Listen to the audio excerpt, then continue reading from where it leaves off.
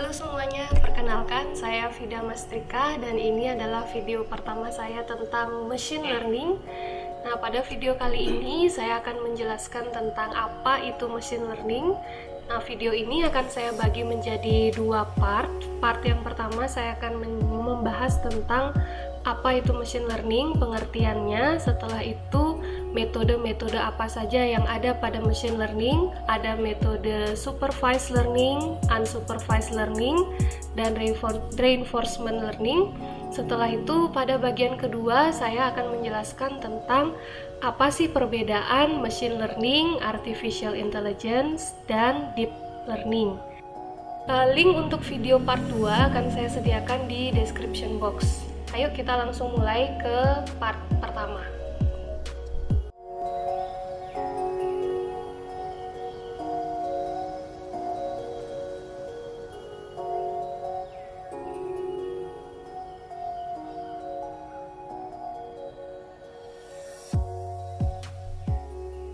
Oke, apa itu machine learning? Sebelum kita ke pengertian yang secara formal, saya ke pertanyaan dulu. Nah, bagaimana cara manusia belajar? Kita mulai dengan pertanyaan ini. Saya ambil contoh sederhana dulu. Misalnya, bagaimana cara manusia bisa mengenali buah apel dan membedakan buah apel tersebut dari buah-buah yang lainnya. Nah, misalnya buah apel itu bentuknya hampir bulat ya, ukurannya segenggaman tangan orang dewasa, rasanya manis, buahnya padat, tekstur kulitnya halus, warna kulitnya bisa merah, hijau, atau percampuran dari merah dan hijau. Nah, dari mana kita tahu semua itu? Saat balita, kita dikenalkan buah apel oleh orang tua kita, mungkin dengan disebut beberapa kali namanya sambil ditunjukkan buahnya yang mana, sambil kita memegang, oh ini buah apel, atau ditunjukkan dalam bentuk gambar ya, dan disebutkan namanya berkali-kali. Jadi buahnya itu juga ditunjukkan dari beberapa sisi, diputar gitu, bagaimana sih bentuk apel, sambil dimakan buahnya, bagaimana rasanya gitu ya. Nah, itu secara berulang-ulang dan dalam berbagai jenis buah apel sampai kita mengingat dan mengerti, oh ini apel. Jadi nanti kalau kita melihat buah apel lagi di waktu yang lain, kita langsung bisa memberikan keputusan karena kita sudah mengingat dan bisa kita mengerti. Jadi kita bisa mengambil keputusan, oh itu buah apel, oh yang ini bukan buah apel. Nah, seperti itu ya cara manusia belajar. Jadi manusia itu belajar dari pengalaman. Pengalamannya itu pada saat orang tua kita menjelaskan itu ya, ini apel, kita pegang buahnya terus atau dilihat gambarnya, kita tahu rasanya saat memakannya. Nah, itu bagaimana cara manusia belajar. Jadi manusia belajar dari pengalaman. Nah, selanjutnya bagaimana cara mesin belajar? Apakah sama dengan cara manusia belajar? Apakah berbeda? Nah, kalau sebelumnya kalian sudah pernah belajar tentang artificial intelligence atau sudah pernah belajar tentang pemrograman ya, pasti sudah ada bayangan sedikit kalau mesin itu belajar dengan cara menerima atau menjalankan instruksi yang kita berikan pada mesin tersebut. Jadi dengan cara kita pemrograman atau programming, sebuah mesin itu bisa mempelajari sesuatu ya. Nah, pertanyaan selanjutnya, bagaimana kalau manusia bisa melatih mesin untuk bisa mengerjakan pekerjaan yang dilakukan oleh manusia, atau bisa belajar dan menalar seperti manusia? Nah, itu dia machine learning. Jadi machine learning itu adalah suatu bidang pengetahuan yang memberikan komputer itu kemampuan untuk belajar tanpa harus diprogram secara eksplisit. Nah, di sini yang dimaksud dengan diprogram secara eksplisit itu artinya diberikan, dalam sederhananya diberikan serangkaian if else gitu ya. Jadi machine learning tidak diprogram secara eksplisit atau tidak diberikan if else secara eksplisit. Nah, itu ya. Misalnya untuk mengenali apel, jika secara eksplisit berarti dituliskan programnya if bentuk bulat, n warna merah, n diameter sama dengan 7 cm, dan apel, misalnya seperti itu ya. Kalau tidak secara eksplisit berarti tidak dituliskan dengan if else sederhana seperti itu. Oke, pengertian lainnya secara kasar ini saya terjemahkan menjadi seperti ini ya. Machine learning adalah sebuah program yang bisa belajar dari pengalaman A ya, yang berkaitan dengan kelas T dan pengukuran performa P, dan nilai performa dari task T itu diukur dengan P, dan ini akan bertambah dengan bertambahnya pengalaman T ya. Jadi ada pengalaman E di sini ya, maksudnya pengalaman E. Jadi ada pengalaman dan ada kelas dan ada pengukuran performa. Jadi machine learning itu performanya akan meningkat saat experience-nya juga meningkat. Itu adalah pengertian lainnya. Yang paling sederhana pengertiannya adalah ini: machine learning adalah istilah umum yang digunakan saat komputer belajar dari data. Oke. Jadi sudah ada 3 pengertian machine learning tadi yang sudah saya jelaskan. Jadi yang paling sederhana, machine learning adalah term sederhana yang digunakan saat komputer ini bisa belajar dari data. Oke, sampai di situ dulu pengertiannya.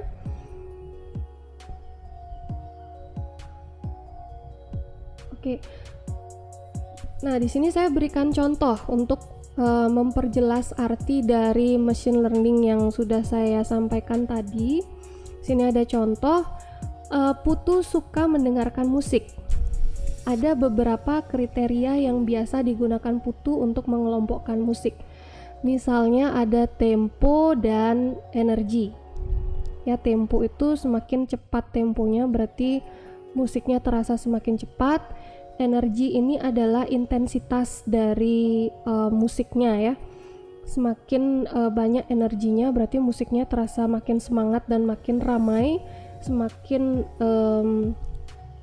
berkurang energinya berarti musiknya itu semakin tidak semangat dan semakin agak sepi gitu ya. Oke. Putu suka musik yang temponya tinggi dan energinya juga tinggi. Oke. Nah, kita coba menggambarkan musik yang disukai Putu dengan chart seperti ini ya. Oke.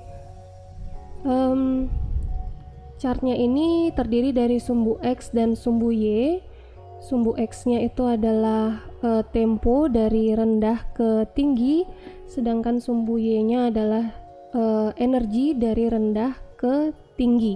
Nah, Putu itu suka musik yang high tempo, high energy, berarti musik yang disukai Putu itu ada di sekitar sini ya. High tempo, high energy, saya lambangkan dengan warna biru yang ada di sini. Dan musik-musik yang berwarna merah ini ada low tempo dan low energy, berada di bawah sini ya. Nah, kalau misalnya ada musik baru, musik A itu high tempo, high energy. Nah, itu bisa ditaruh di mana ya kira-kira ya? Apakah Putu akan menyukai musik ini atau tidak? Nah, musik A itu high tempo, high energy mungkin akan berada di sekitar sini ya. Yang warna hijau yang saya tunjukkan sekarang. Jadi kita bisa langsung menyimpulkan kalau Putu akan menyukai musik yang baru ini, high tempo dan high energy. Nah, kalau ada lagi musik B, medium tempo dan medium energi, apakah Putu akan menyukai musik ini? Nah, mungkin nanti dia akan berada di sekitar sini.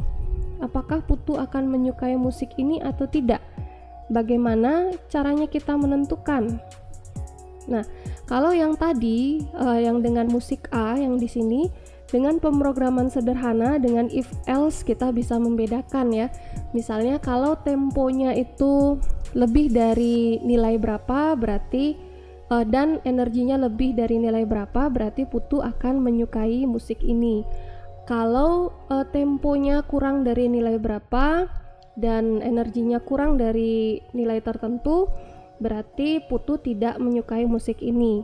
Nah, bagaimana dengan musik B ini? Dia medium tempo dan medium energi. Nah, disinilah machine learning bisa mengambil keputusan karena solusinya itu tidak bisa didapat dengan if else sederhana atau pemrograman yang eksplisit. Nah, bagaimana caranya? Di sini kita bisa melihat tetangga dari musik baru ini, atau musik baru ini lebih dekat ke yang mana ya?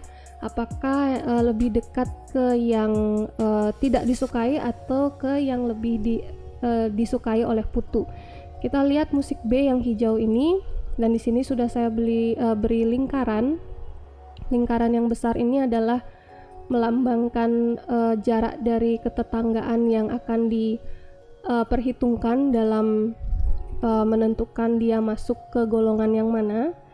Oke, ternyata di dalam jarak atau diameter dari lingkaran tersebut yang masuk di dalamnya adalah musik-musik yang disukai oleh Putu yang warnanya biru ini, sedangkan yang warna merah tidak ada masuk dalam lingkaran ketetanggaan ini.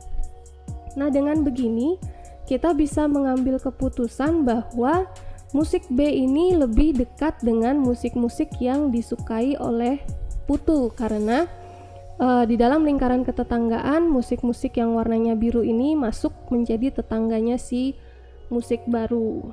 Nah, ini adalah penjelasan sederhana dari K nearest neighbor atau KNN yang masuk dalam machine learning.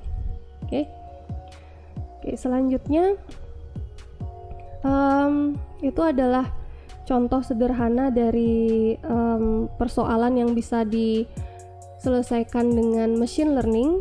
Nah, sekarang kita belajar tentang metode apa yang ada pada machine learning. Nah, metode yang ada pada machine learning ini dikelompokkan menjadi 3. Ada 3 jenis metode, yaitu supervised learning, unsupervised learning, dan reinforcement learning. Pada supervised learning ini digunakan kumpulan data yang berlabel untuk melatih algoritma yang mengklasifikasikan data atau memprediksi hasil secara akurat. Nah, bagaimana itu data yang berlabel? Itu nanti akan saya jelaskan dalam contoh setelah ini ya. Jadi saat input dimasukkan ke dalam model jaringan pada supervised learning itu, dia akan menyesuaikan bobotnya hingga model itu diprediksi dengan tepat. Jadi nanti modelnya ini yang dipakai untuk mengecek apakah data baru yang dimasukkan itu masuk dalam grup atau kelas yang mana. Nah, supervised learning ini bisa memecahkan masalah seperti klasifikasi, misalnya ada email spam, yang mana saja yang masuk ke dalam kategori email spam, yang mana yang bukan, itu bisa diklasifikasi dengan metode supervised learning. Beberapa metode yang digunakan dalam supervised learning itu ada jaringan saraf tiruan, ada naive bias, regresi, dan SVM juga, support vector mesin, dan banyak lagi. Nah, selanjutnya ada unsupervised learning. Nah, ini berbeda dengan supervised learning. Yang unsupervised ini digunakan untuk mengelompokkan dan menganalisis kumpulan data yang tidak berlabel. Ya, supervised tadi memakai label, unsupervised ini tidak memakai label. Nah, algoritma unsupervised ini nanti akan menemukan pola tersembunyi atau pengelompokan data tanpa perlu campur tangan atau pemberian label dari manusia. Jadi data-data yang masuk ke dalam model ini akan ditemukan persamaan dan perbedaannya oleh model itu sendiri. Ya, contohnya ini nanti banyak digunakan untuk segmentasi gambar, segmentasi pelanggan, pengenalan gambar dan juga pola. Ya, juga nanti digunakan untuk pengurangan fitur ya atau dimensionality reduction. Contohnya yang dalam unsupervised learning ini adalah principal component analysis untuk dimensionality reduction, dan juga ada algoritma lainnya seperti k-means clustering dan self-organizing map untuk clustering atau pengelompokan. Oke, yang terakhir ada reinforcement learning. Reinforcement learning ini adalah model pembelajaran mesin atau machine learning berdasarkan perilaku yang mirip dengan supervised learning, tetapi algoritmanya tidak dilatih menggunakan data sampel yang telah diberikan label. Ya, model ini belajar sambil jalan dengan menggunakan trial dan error.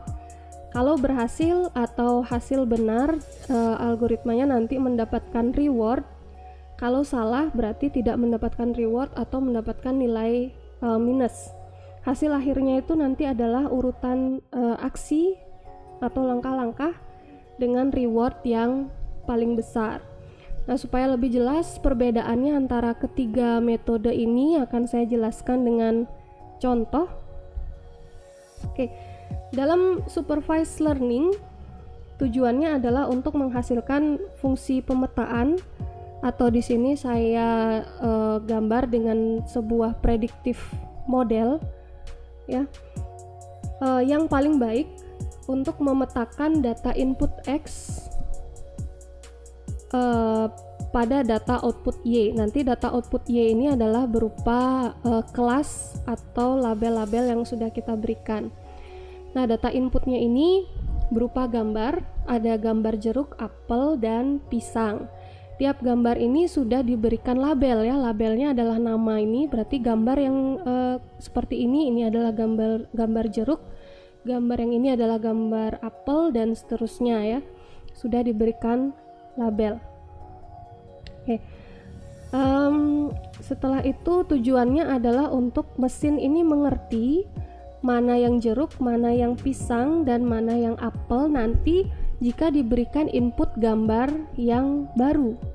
Oke, jadi mesinnya akan belajar dari dataset yang telah diberi label seperti ada pada gambar ini, dan dari dataset tersebut ditentukan fitur apa dari gambar yang akan digunakan sebagai input pada supervised learning.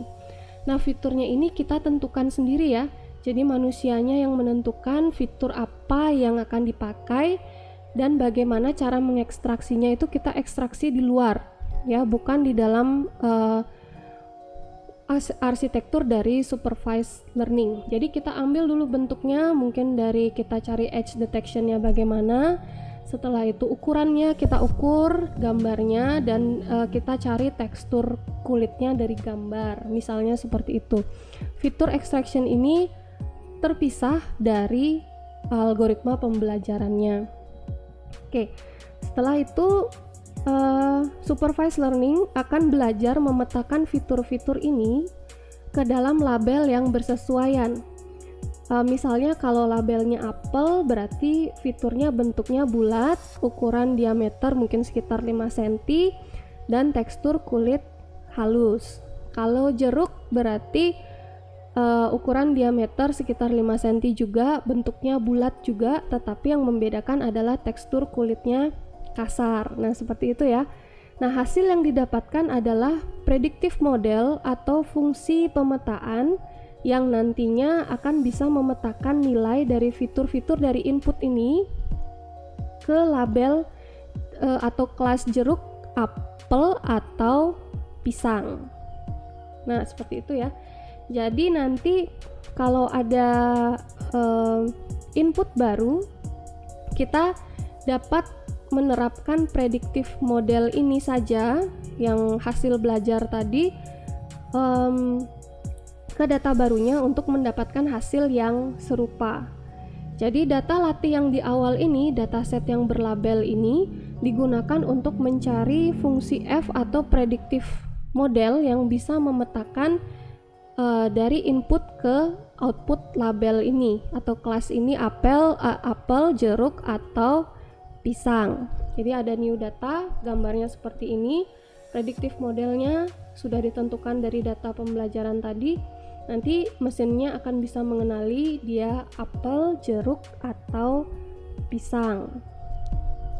Nah, supervised learning ini menggunakan label, ya, seperti tadi gambar jeruk sudah kita berikan label jeruk, gambar apel kita berikan label apel yang telah diberikan pada dataset untuk belajar atau melakukan proses training model. Nah, training model ini untuk mencapai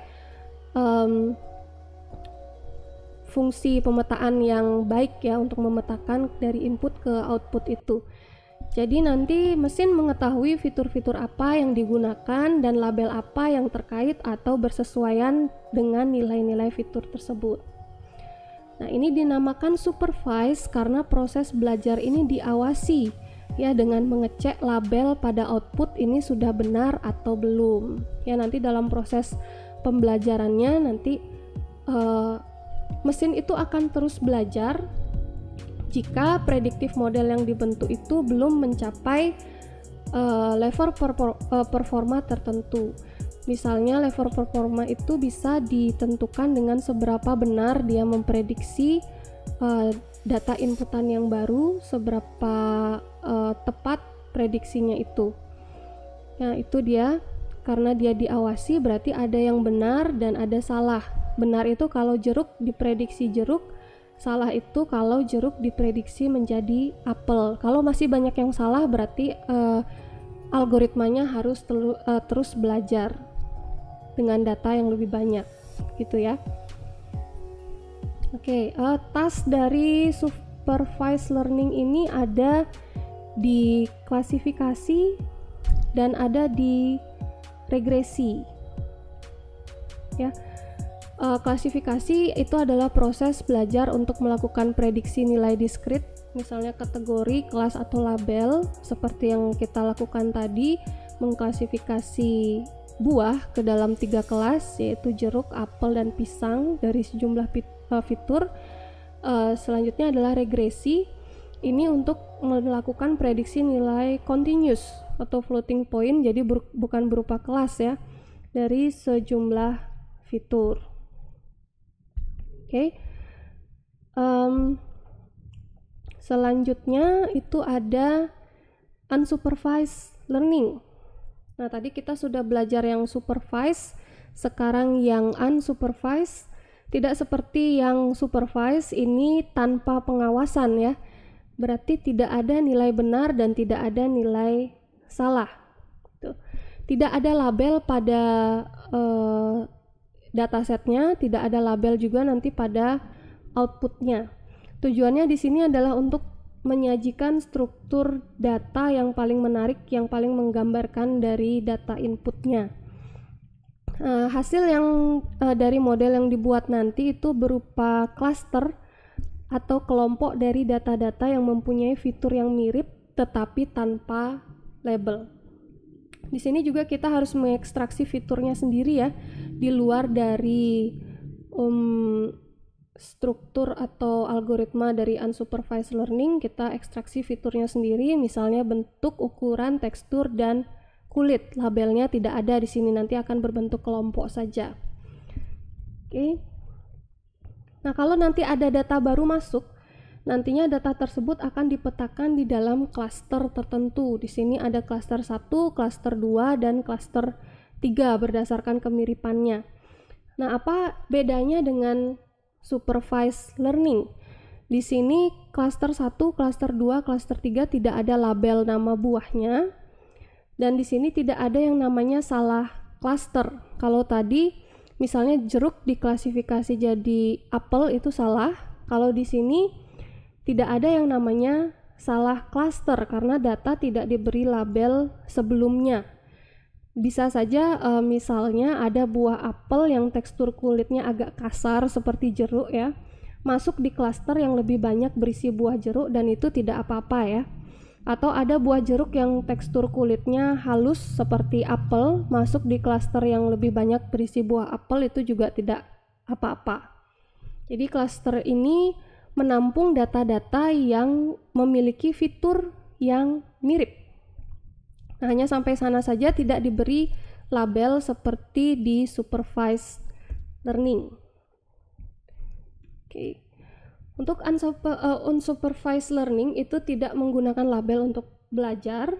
Dia melihat data berdasarkan kemiripan fiturnya saja.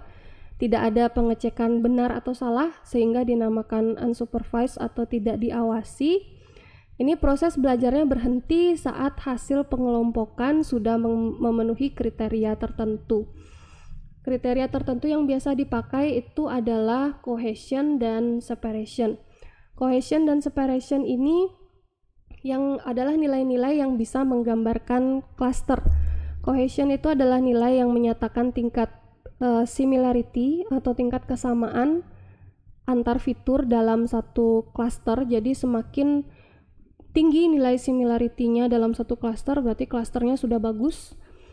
Sedangkan separation itu adalah nilai yang menyatakan jarak antar fitur pada cluster yang berbeda. Semakin jauh jarak antar cluster berarti pemisahannya sudah bagus ya, dan itu bisa dianggap hasil dari clusteringnya sudah bagus. Task dari unsupervised learning ada clustering dan ada dimensionality reduction. Clustering itu seperti yang kita lakukan tadi, eksplorasi data untuk menemukan kelompok, cluster atau grup pada data berdasarkan kemiripan. Dimensionality reduction itu eksplorasi data untuk menemukan sejumlah fitur yang paling berdampak terhadap respon variabel. Jadi misalnya ada data dengan dimensionality yang sangat besar, jadi dimensionality-nya dikurangi dulu, dicari fitur-fitur yang mana yang paling berdampak terhadap respon variabelnya. Jadi tidak ada fitur-fitur yang nanti nilainya akan mengganggu respon variabelnya.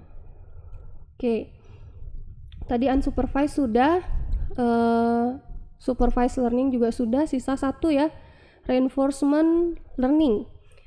Oke, tidak seperti supervised dan unsupervised, reinforcement ini difokuskan untuk menemukan jalan terbaik yang harus diambil dalam satu situasi untuk memaksimalkan reward dalam suatu situasi. Keputusannya dibuat nanti secara berurutan. Setiap langkah yang diambil algoritma itu menuju total reward akan mendapatkan reward positif atau reward negatif, atau di sini saya tulis jadi feedback ya. Ada reward positif, ada reward negatif. Total reward nanti adalah jumlah dari semua reward positif dan negatif di sepanjang perjalanan dari algoritmanya itu. Tujuannya adalah untuk menemukan jalan terbaik yang memaksimalkan reward. Reinforcement learning ini seperti belajar dengan trial dan error ya. Contohnya di sini saya memberi input pada model gambar jeruk. Sama seperti yang tadi, inputnya sama gambar jeruk. Kalau model memberikan jawaban atau output apel, berarti itu salah ya, dan kita memberikan reward negatif. Kalau benar dia diprediksi sebagai jeruk, outputnya berarti kita berikan reward atau feedback negatif. Nah, itu dilakukan berulang-ulang terus dengan banyak data sampai model bisa mengenali yang mana jeruk, yang mana apel, dan yang mana pisang, dan dalam perjalanannya itu menghasilkan reward dengan nilai yang paling maksimal. Nah, itu dia reinforcement learning. Oke. Nah, ini adalah model general dari sebuah machine learning. Ada input, ada model, ada output, dan ada juga feedbacknya ya. Kalau supervised learning itu dia membutuhkan input dan outputnya didefinisikan dengan baik ya, diberikan label. Kalau dalam unsupervised berarti kita punya input yang berlabel, setelah itu inputnya diberikan ke dalam modelnya ini, dan itu dilakukan berkali-kali sampai model itu mengerti apa yang dimaksud dan bisa memetakan data pada input ke outputnya. Oke, kalau yang di unsupervised kita memberikan data input tanpa label, kita berikan ke modelnya sampai nanti outputnya adalah berupa cluster. Oke, untuk reinforcement learning kita memberikan input tanpa label juga. Nanti kalau dia masuk ke model dan memberikan output atau jawaban yang salah, kita beri feedback negatif. Kalau dia memberikan output atau jawaban yang benar, kita berikan feedback yang positif. Oke, sekian penjelasan tentang machine learning secara umum. Ada 3 metodenya: supervised, unsupervised, sama reinforcement learning. Selanjutnya, apa saja aplikasi dari machine learning? Kalau dalam masa saat ini, aplikasi machine learning itu ada di speech recognition yang ada pada Siri, Cortana, dan juga Oke Google. Translasi juga, penerjemahan, speech to text juga itu adalah machine learning. Selanjutnya ada customer service yang berupa chatbot. Nah, itu termasuk machine learning juga. Selanjutnya adalah bagian computer vision. Computer vision ini bisa berupa self-driving car seperti Tesla, atau yang sederhana yang mungkin kalian gunakan sehari-hari dalam Facebook, itu ada sistem yang bisa tag otomatis wajah seseorang di dalam foto yang ada pada album ya. Itu adalah machine learning juga. Setelah itu ada task atau aplikasi dalam rekomendasi. Misalnya kalian menonton film dari Netflix atau mendengarkan musik dari Spotify, itu ada rekomendasinya. Dari mana mereka bisa mendapatkan rekomendasi? Itu ada algoritma tertentu yang mereka gunakan untuk rekomendasi, dan itu termasuk juga dalam machine learning. Oke, supaya durasi video ini tidak terlalu panjang, saya bagi videonya menjadi 2 part. Di part yang kedua, saya akan membahas tentang apa perbedaan machine learning, artificial intelligence, dan deep learning. Link dari video yang kedua sudah saya cantumkan di description box. Sampai ketemu di video part yang kedua.